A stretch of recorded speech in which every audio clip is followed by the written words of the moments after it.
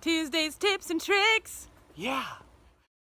Hey everybody, welcome back to another Tuesday's tips and tricks. I'm Chelsea. I'm Nathaniel. And today we're going to be talking about what you can be doing in between this fall and winter stage after the big freeze, everything looks so we're going to show you what you can do. So the first thing I want to talk about today is just some general landscape garden cleanup that you would do going into winter. So we're going to talk about cutting back perennials and grasses, maybe some shrubs, and what you could cut back now, what you could wait on, and why. We'll go ahead and start with this catmint just as an example of most perennials are going to be just like this as far as cutting back. You're going to go in and find the base of the plant, which is right down in here, and just cut it. Cut it way back. You're not going to hurt it. It might even send up a little mound of basal growth that will stay on through the winter. But all this stuff I'm cutting off, even though it's green right now, is going to be brown later. So I'm just getting ahead of the game. And it'll be just a little base of the plant left. And that'll come back up just fine next year. You're not going to hurt it. In fact, getting this out of the way will give it a better shot in the beginning of next year. Most perennials are going to be that way. You're going to cut down everything that's up higher or spread out wide and just leave a basal growth. And that may send out some leaves that just stay a little tight mound through the winter, and then it'll grow again in the spring. With grasses, I kind of tend to think about, well, what does the grass look like through the winter? Is it nice looking to leave it dry and up, or is it kind of trashy looking? Mulberry grass is one that we have a lot of around here. There's some over there that's not looking so hot after the freeze. I think mulberry grass, after it blooms and the freeze hits it, I think it looks like trash. So I cut it back in the fall. Some grasses, like your maiden grass, miscanthus, fountain grass, they look really nice until snow or ice beats them down. So you might as well leave them dry because it adds interest to the landscape, and then you can cut them down later when they look trashy. Some grasses are really messy, like mulberry drops seed, so it'll get seed all over you. So another trick you can do, again, if I had twine, I don't, but you can take this whole plant and tie it up like that, and then you cut through down here, and it makes it a whole lot cleaner when you're cutting your plants back at your house if you bundle them like that. This is small enough I can get my whole hand around it and do it that way, but some of your larger grasses you might want to tie up. For a larger grass, instead of using these hand pruners like I am, which I would use on anything, but you can take those head shears, the big long scissor ones, tie it up in a bundle and then scissor through, and you get more cut all at once instead of just a little handful at a time.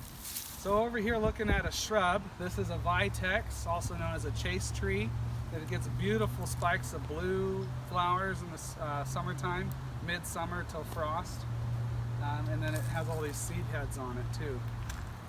Now vitex suffers a lot of winter kill, winter dieback, and so you'll have lots of dead ends on it come spring.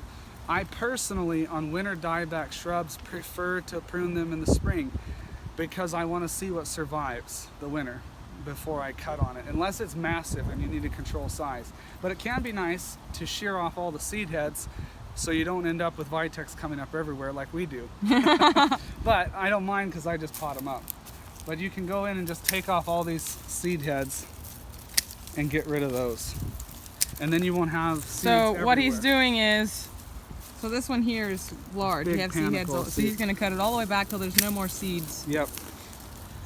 And it probably, most of what I leave there will survive the winter. There'll probably be a small amount of winter dieback, and you can touch that up in the spring when it starts to grow out again. But this prevents it from spreading places you don't want it to if you go through, and you need to be a little gentle. You don't want to take your head shears and just attack it, because, well, then you just spray seed everywhere. This way it's more controlled. The other thing with the shrubs right now and a lot of the trees, they got hit really hard by that freeze, and all this foliage that was green froze on the plant. Now vitex comes off pretty easy, but some of the shrubs, they're gonna stay on the plant for months if you don't strip it off. So if it's a small enough shrub or a small enough tree, I wouldn't do this for something very big, I'd just live with it. But if it's small like this guy is, then what I would do is take, let me clip this off, and all of the leaves, just strip it off, just like that. I wouldn't do one. It's kind of fun too. And you can throw it if you have a garbage bin or leaf bag or something next to you, throw it in there. Or if it was me here at the nursery, I just throw it on the ground and it just becomes a part of the mulch. I mean, it all turns brown and is very undistinguishable from anything else. So you can take off the bloom tips, the old bloom tips, and strip off that foliage if it's a reasonable size plant to do it with. If it's big, I would just live with it. If you can't reach it, then don't. Yeah. And same with like crepe myrtles. We have a crepe myrtle over here. They die back pretty hard in the wintertime. You'll get a lot of dead tips. Sometimes you'll get several feet of dead on them after winter. And they grow back out just fine, but I don't like to cut them hard until spring so I know it's alive. But you get these flower heads that become seed that look kind of messy. They will seed a little bit. Crepe myrtles do come up from seed once in a while, but not like the vitex do. But you can take those off if you want to this time of year. If you think it looks a little messy, you can take them off. It cleans it up a little bit. If it's a small shrub, you can strip all those leaves off. Sometimes if you go the opposite direction, instead of forward, sometimes they come off better that way. So that's, again, an option for a smaller plant. There's some things that you might think of as a shrub that really are just a large perennial, like hardy hibiscus. They're a perennial, not a shrub, so you're going to cut them all the way to the ground, and that seems counterintuitive because they're so big and woody. You think, well, maybe that stalk will be completely dead by winter. It'll never leaf out again. So go ahead and cut it off. Whack it back. Whack it back, and that won't come back up until late. So don't give, if you're new to hardy hibiscus, if you bought one and put it in your pond or your landscape this summer and you've never grown one before, they probably won't leaf out and start coming up until sometime late May. They wait a long time till it gets really warm, then they leaf out. So you don't give up, don't think it's dead, it just takes its sweet time coming back.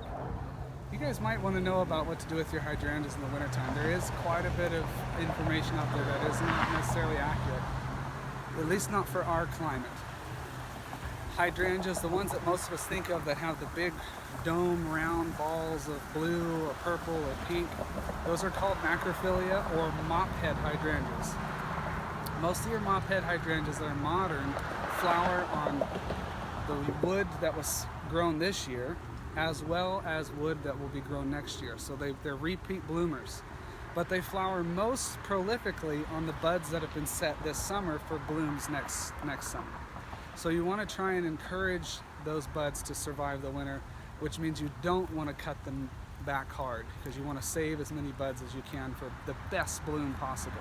Now they'll still flower, even if none of that wood survives for most of your modern varieties, but they're going to bloom better if you leave it. So what you can do is sometimes the flower buds, like after that cold snap, they just don't look nice.